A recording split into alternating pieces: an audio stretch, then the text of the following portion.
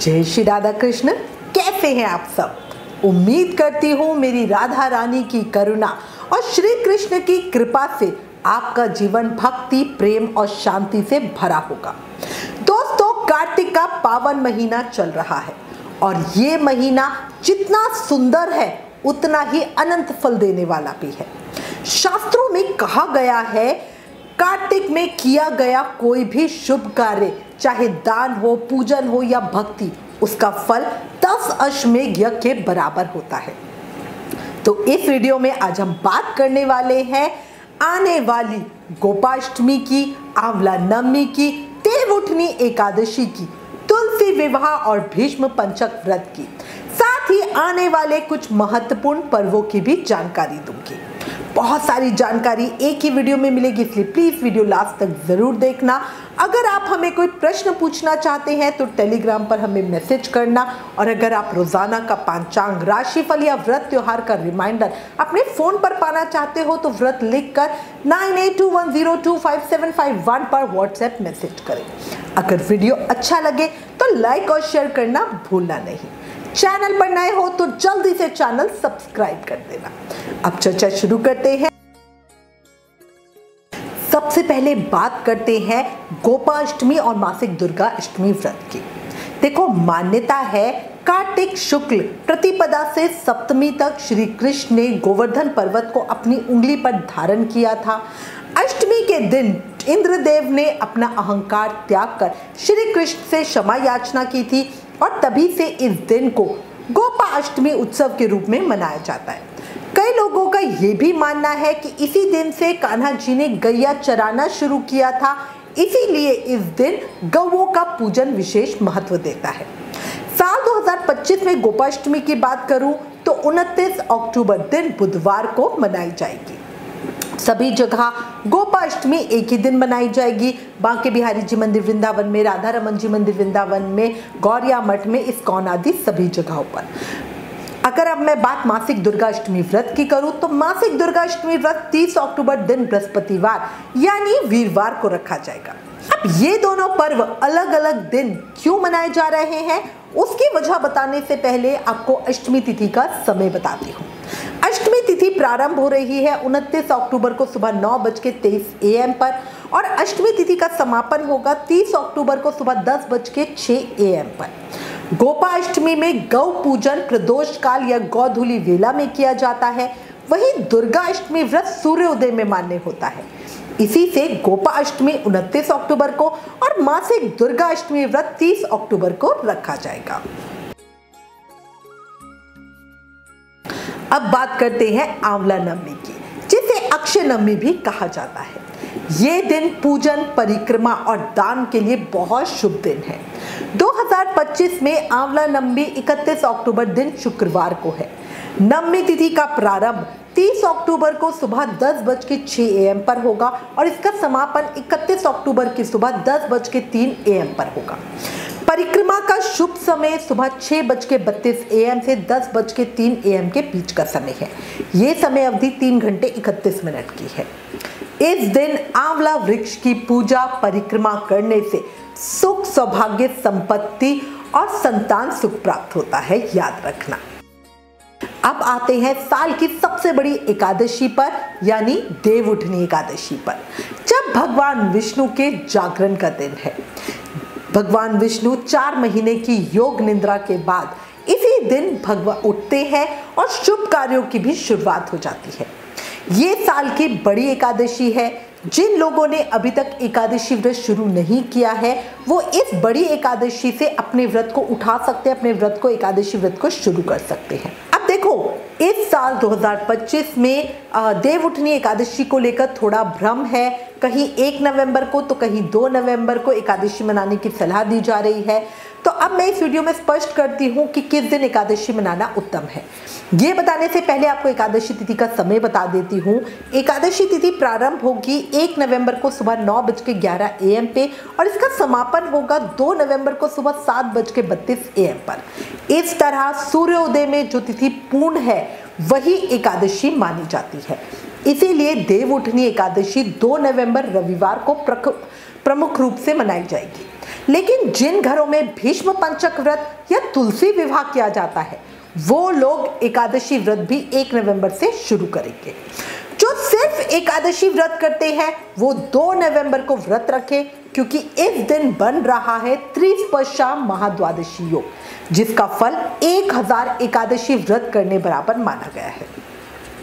अब आपका प्रश्न होगा कि क्यों 2 दिन का कंफ्यूजन होता है? तो देखो, वैष्णव परंपरा में व्रत का निर्धारण हरिवासर यानी भगवान विष्णु के जागने के सटीक मुहूर्त से किया जाता है, जबकि कैलेंडर में सामान्य पंचांग के अनुसार एकादशी तिथि का पालन होता है जिस दिन एकादशी लग जाती है। यही कारण है दोनों में 1 दिन का अंतर होता है। अब अगर मैं अन्य धर्म स्थलों की बात करूं तो खाटू श्याम जी मंदिर सीकर में श्याम बाबा का जन्मोत्सव भी 1 नवंबर दिन शनिवार को ही मनाया जाएगा। साथ ही राधा रमन जी मंदिर वृंदावन में, गौरिया मठ में, बांके बिहारी जी मंदिर वृंदावन में एकादशी का उत्सव 1 नवंबर दिन शनिवार का है। वहीं इस्कॉन में और निम्बक संप्रदाय में एकादशी व्रत का पालन सूर्योदय में 2 नवंबर को किया जाएगा। भीष्म पंचक व्रत 1 नवंबर से शुरू है। जो लोग सिर्फ एकादशी व्रत करते हैं, भीष्म पंचक व्रत नहीं करते, वो या तो 1 और 2 नवंबर दोनों दिन का व्रत करें। पर अगर कोई साधक कहता है कि नहीं, मेरे लिए तो दोनों दिन व्रत करना संभव नहीं है, मैं तो सिर्फ 1 ही दिन व्रत कर सकता हूं, तो वो 100% 2 नवंबर को ही एकादशी व्रत करे, क्योंकि 1 नवंबर को दशमी युक्त एकादशी है, वहीं 2 नवंबर को द्वादशी युक्त एकादशी है। साथ ही 2 नवंबर को त्रिस्पर्शा महाद्वादशी योग बन रहा है।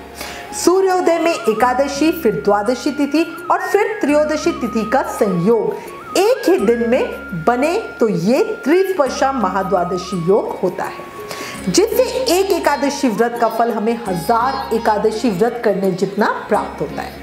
इसलिए ही बार बार बोल रही हूँ, कोई साधक जो सिर्फ एकादशी व्रत करना चाहता है, वो सिर्फ 1 ही दिन का एकादशी व्रत करना चाहता है, तो वो 2 नवंबर को ही व्रत करे। अच्छा, जो लोग भीष्म पंचक व्रत करेंगे उनका त्रिस्पर्शा महाद्वादशी व्रत भी अपने आप ही हो जाएगा।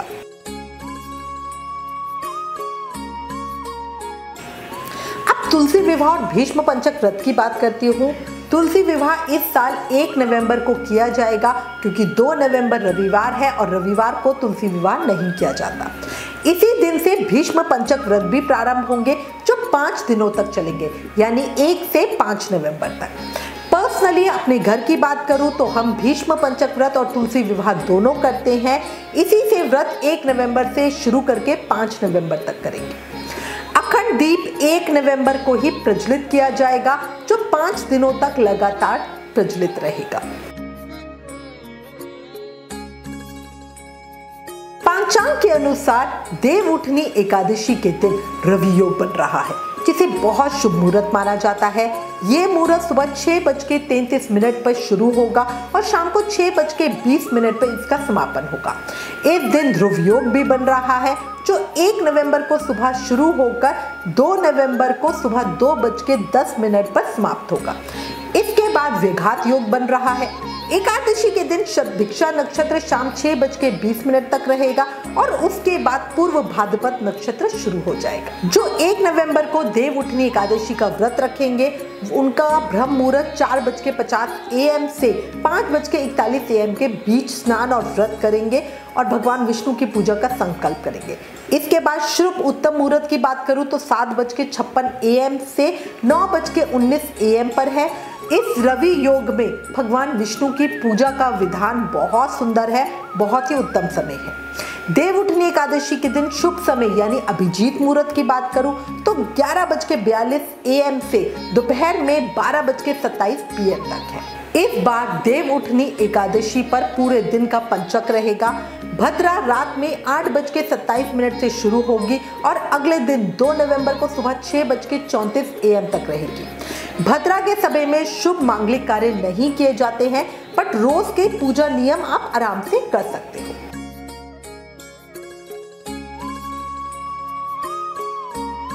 अब बात करते हैं एकादशी व्रत के पारण यानी व्रत खोलने के शुभ समय की। तो देखो, एकादशी व्रत का पारण अगले दिन किया जाता है। 1 नवंबर को जो व्रत रखेंगे वो 2 नवंबर को व्रत का पारण करेंगे और 2 नवंबर को व्रत रखने वाले 3 नवंबर को व्रत का पारण करेंगे। 2 नवंबर को पारण यानी व्रत खोलने का सबसे शुभ समय है दोपहर में 1:11 PM से 3:23 PM के बीच का समय। अब आप बोलोगे भाई व्रत तो हम हमेशा सूर्योदय में ही खोल लेते हैं, तो देखो ये दोपहर में समय होने की वजह है हरिवासर समय।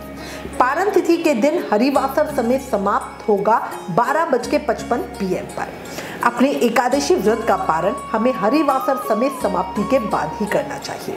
हरिवासर समय होता है द्वादशी तिथि की पहली 1/4 अवधि।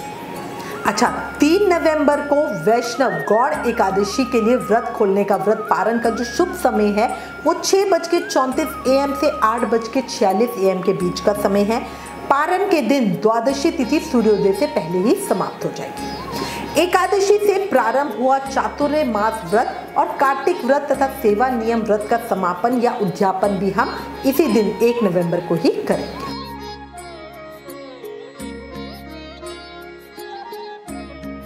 2 नवंबर दिन रविवार भक्तों के लिए बहुत ज्यादा फलदायी दिन है। इस दिन मंदिर में ध्वजारोपण का विधान है। कार्तिक माह महत्तम में द्वादशी को मंदिर में ध्वजा यानी झंडे के दान का विशेष महत्व बताया गया है। इसकी पूरी जानकारी आपको कार्तिक मास महत्तम में पता चलेगी। अनजाने में कार्तिक के महीने में एक महापापी ने ध्वजा चढ़ाई, उसी से उसका अगला जन्म राजा का हुआ। इसीलिए आप सब भी ध्यान रखना और मंदिर में ध्वजा या झंडा जरूर अर्पित करना।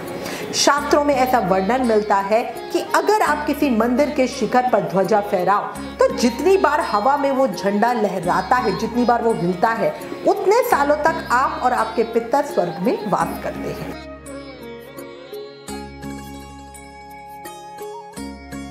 प्रदोष व्रत 3 नवंबर दिन सोमवार को रखा जाएगा। इस बार सोम प्रदोष व्रत है। कार्तिक शुक्ल त्रयोदशी तिथि प्रारंभ होगी 5:07 AM से। इसका समापन होगा 4 नवंबर को 2:05 AM पर रात के समय पे। प्रदोष काल की पूजा का जो शुभ समय है वो 3 नवंबर को शाम को 5:34 PM से 8:11 PM के बीच है। ये समय अवधि 2 घंटे 36 मिनट की है। इसकी कहानी आप हमारे चैनल पर सुन सकते हैं। उस वीडियो का लिंक नीचे डिस्क्रिप्शन में दिया गया है। अपनी अगली वीडियो में अब हम बात करेंगे भीष्म पंचक व्रत की, कैसे करना है, बैकुंठ चतुर्दशी की, कार्तिक पूर्णिमा और कार्तिक स्नान उद्यापन विधि के बारे में। इसीलिए चैनल को सब्सक्राइब करना भूलना नहीं ताकि आपको लेटेस्ट अपडेट्स मिलते रहें। उम्मीद करती हूँ ये वीडियो आपके लिए उपयोगी रहा होगा। अगर अच्छा लगा हो तो लाइक, शेयर और कमेंट जरूर करना। ज्ञान बांटने से बढ़ता है, इसलिए इसे औरों तक जरूर पहुंचाएं। आप हमें इंस्टाग्राम और फेसबुक पे भी जरूर फॉलो करें। Please like, share and subscribe. Thank you. जय श्री राधा कृष्ण।